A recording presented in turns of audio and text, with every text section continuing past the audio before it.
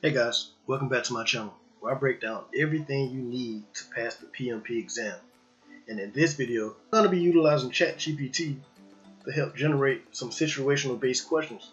And if you guys can remember from my previous video when I talked about 20 of the PMP mindset principles, we're going to be incorporating those as we answer these questions. So without further ado, let's go ahead and dive in. So as you guys can see, I've already logged into Chat GPT. And this is real simple. This is the 4.0 version of ChatGPT, so this is actually the paid version. You guys could utilize this feature without using the paid version. I think you guys can still utilize this version on the free version of ChatGPT, but literally all you do is go in there and you would prompt. In your prompt, you would simply type, "Hey, I'm studying for my PMP exam. Could you generate some situational based questions for me?" And then hit enter. And then you will literally get this PMP exam simulator that you see here on your screen. So I've already done it. I've already typed in the prompt. So all I need to do is click this button here that says, "Let's begin with a simulated PMP question." So that's what we're going to do. So in this video, I'm going to be answering 5 questions from this PMP exam simulator. So without further ado, let's go ahead and start. Alright, so they just generated me a simulated PMP question. The question is as follows. A project manager has been assigned to a new multi-billion-dollar project that is similar to a project the company executed 3 years ago. What should the project manager do to create a reliable cost estimate? Now, the first thing you guys got to do when you're analyzing these questions is you want to frame the question in a way that you can understand it, right? So, what is this question actually trying to ask me, right? You got to frame that problem. What's this question actually trying to ask me? So you got a project manager that's been assigned to a new multi-billion-dollar project that's similar to a project that a company executed 3 years ago. All right, so here's the problem. So you got a new project manager that's on a project that the company already used 3 years ago, and they want you to figure out what should that PM do to create a reliable cost estimate. All right, so let's look at some options. A. Identify the critical parameters and generate an estimate based on the variation of the parameters. B. Take the original estimate and multiply it by a factor determined by the company's standard for each year. C. Use the actual cost of the previous project as a reference and compute an estimate cost for each task and roll up. Well, I think I like that one so far. D. Use a commodity exchange for material costs and labor rates for the cost variation and compute a new estimate. What is your answer? Now, just reading all those answer choices one time, I think I'm going to go ahead and go with answer choice C. Kind of fits what we talked about in the mindset principle video, which is referring to previous projects, and it actually mentions that in the questions as well. So let's see if we're right.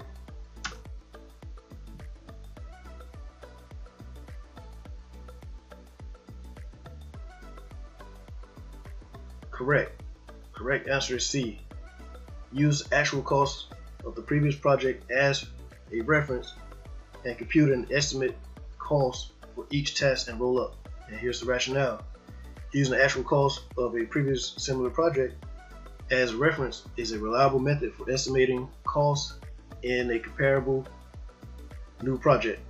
This approach allows for the project manager to leverage historical data to compute an estimated cost for each task and roll it up into an overall cost estimate, ensuring accuracy and relevance to the current project scope. All right, moving along. Let's ask for another question.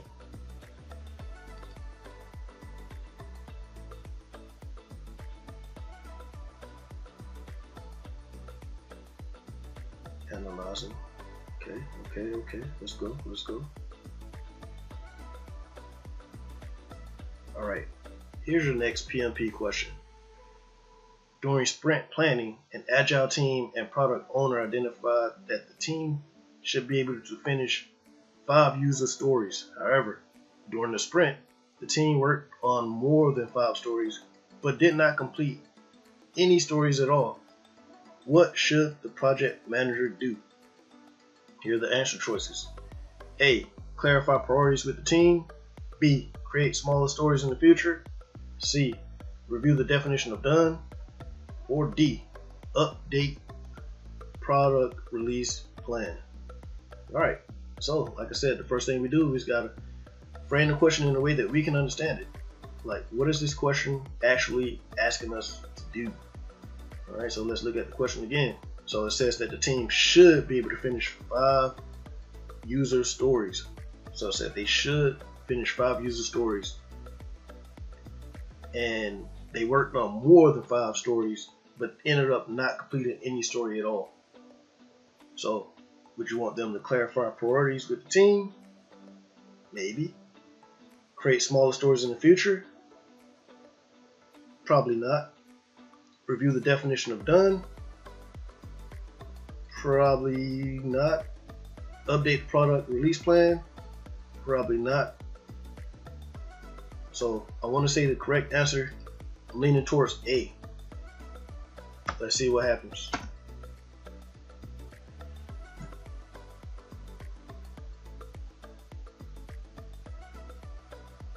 Hey, the correct answer is A. And here's the rationale. When the team works on more stories than planned and fails to complete any of them, this indicates lack of prioritization and focus. The project manager should clarify priorities to ensure the team focuses on completing the most important stories first, aligning with the sprint goals and delivering value incrementally. So we just answered 2 questions, keeping in mind our mindset principles from my previous video, which was 20 PMP mindset principles. Let's get another question. Would you like to attempt another question? Yes.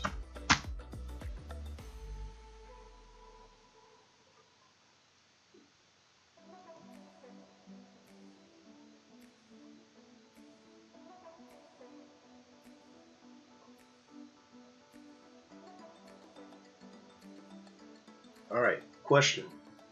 During project closure, the team considers that the final sprint retrospective is not necessary because there are no remaining sprints. What should the project manager point out as a helpful outcome of holding this sprint retrospective? Answer choices. A. Improvement in velocity if the same team is formed in the future. B. Promotion opportunities for the team members. C. Information that could be useful for future projects. D. Tips for adapting to working together if that happens in the near future. So remember I talked about those key PMP terms and definitions? This is why it's important to have that foundation for those terminologies, because you would know that in the retrospective, that's the time when you look back at what happened during the project, like the good, the bad, the ugly. So knowing that, I can look at these answer choices and you'll be able to figure out, okay, incorporate that with the mindset principles, and we can start eliminating answers that are obviously wrong. Alright, so we could probably take B off the table, right? Because we're probably not gonna do that. Information that could be used for future projects, maybe. Improvement in velocity if the same team is formed in the future. It's not a guarantee that the same team is going to be available in the future, so we could probably eliminate that answer. Let's look at C. So I'm leaning towards C or D, but you want to choose the best answer, right? So let's look at C. It says information that could be useful for future projects. So I'm leaning towards C, but let's read D one more time. Tips for adapting to working together if that happens again in the near future.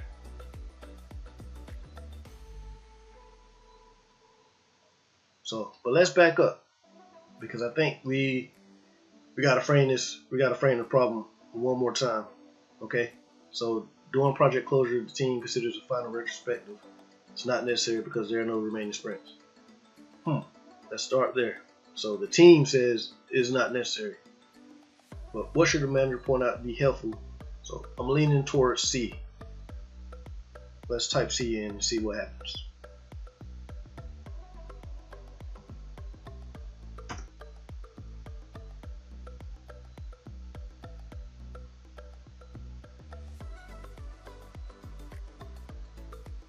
Correct answer is in fact C.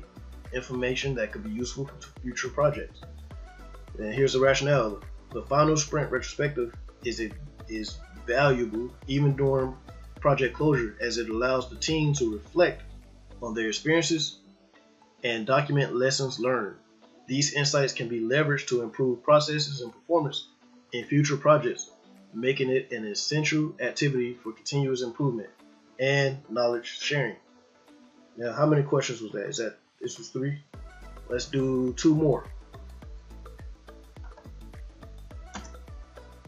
And so far, you guys are getting all these questions right. Good on you. And this is why it's important to memorize those key mindset principles, because like I said, 80% of that exam is going to be situational based. If you know those mindset principles and you have a good understanding of the key terms and definitions, you're not going to have any problems or issues passing the PMP exam on your first attempt. All right, let's look at question number 4. A project manager has been engaged by a managing director to transform the project management office, PMO, from a waterfall structure focused on software development to an agile PMO. The manager of the PMO has been particularly resistant to change. Upon investigation, the project manager realizes that the manager's resistance is due to lack of agile knowledge that may make them seem incompetent. How should the project manager proceed? Alright, so let's look at the question. What's going on here? So you got a manager of the PMO that's resistant to change, particularly because they don't have any knowledge of how agile works or agile methodologies. So that's the problem right there in itself. So let's look at some of the answer choices. And it's asking you, how should the project manager proceed? A, ask the managing director to intervene with the PMO manager to explain why this is necessary. Probably not. B, ask the project team to support the transformation regardless of the PMO's manager's negativity. Probably not. C, implement a change management strategy to ensure that the process meets government's requirements. Or D, implement a training program on agile for all teams to ensure there is congruency of learning for everyone. I'm leaning more towards D for now, but let's just take another peek to be sure that we're not missing anything. So the question didn't mention anything about meeting government's requirements, so we could probably eliminate that one. We go back to answer choice B, ask project team to support transformation regardless. So we see words like regardless, those are absolutes or extremes. So you probably want to eliminate that answer choice. And then with answer choice A, ask the manager director to intervene with the PMO to explain why it's necessary. That goes against our mindset principles, because we're the PMP managers, we're the PMs, and we're not going to be running to anyone asking them to jump in and resolve our situations. So as out of all these choices, D is looking like it's going to be the most accurate at this point. So let's see what Chat GPT has to say about it. Let's hit enter.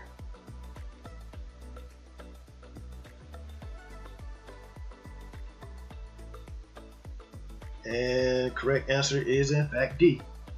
Implement a training program on agile for all teams to ensure there is congruency of learning for everyone.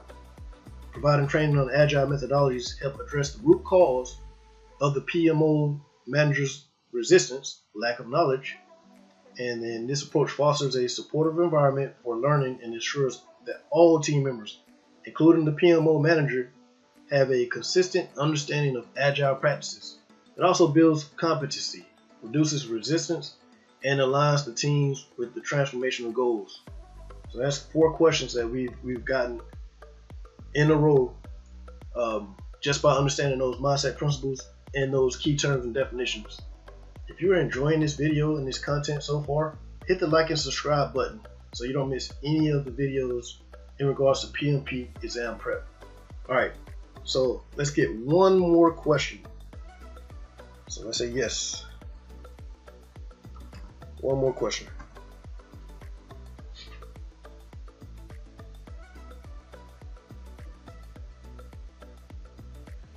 Alright, here's the question loading. You guys can see the question loading in real time. Alright, question. A project manager is working on a new healthcare management application. One of the team members will be leaving the organization, and a new team member is taking over their task. The new team member is concerned that several parts of the new application cannot be tested yet, despite sign-off by the outgoing team member. How should the project manager address this situation? So before you even read answer choices, let's take a step back and ask what this question is asking of us. We got to frame this question in a way that we can understand it, that we can interpret this question. Alright, so got a team member that's leaving the organization, and you got somebody that's taking over their task. And the member that departed, they signed off, they said, hey, everything's good.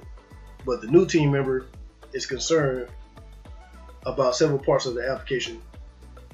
And so that's where we're at in the situation. So let's look at the answer choices. A, trust the sign off from the outgoing team member and proceed with the project as planned. Probably not. B, conduct a thorough review of the untested parts of the application before proceeding. Okay, maybe. C, inform the new team member that testing will happen in a later phase of the project. Probably not. D, ensure that the outgoing team member creates a knowledge transfer document for the new team member. Ooh, okay. This is going to be interesting. We can eliminate A and C. We can eliminate A and C, right? Because we can eliminate A because we're not going to just trust that, hey, everything's good to go, and then let the outgoing team member. No, we're not going to do that. And C, we're not going to do C either. So let's look at B and D one more time and kind of play that elimination game as far as picking the best solution. So let's look at B again. Conduct a thorough review of the untested parts of the application before proceeding. So is that handling the major concern of this question? The new team member is concerned that several parts of the new application cannot be tested yet. So let's look at B one more time. Conduct a thorough review of the untested parts of the application before proceeding. And then you look at D. Ensure that the outgoing team member creates a knowledge transfer document for the new team member. So which one of these solves the problem from the question, which is new application cannot be tested yet, out of B and D? Let's choose B and see what happens.